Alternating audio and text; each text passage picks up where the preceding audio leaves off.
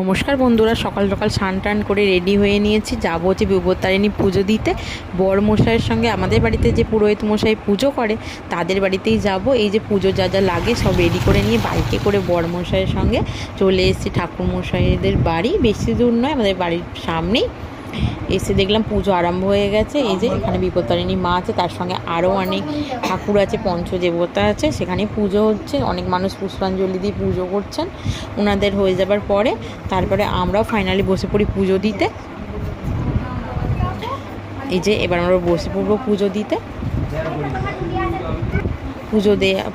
পুজো দেওয়ার পরে ঠাকুরমশাই এক এক করে বিপত্তারিণী তাগাটা সবার হাতেই বেঁধে দিচ্ছিলেন, আমাদের হাতেও বেঁধে দিলেন,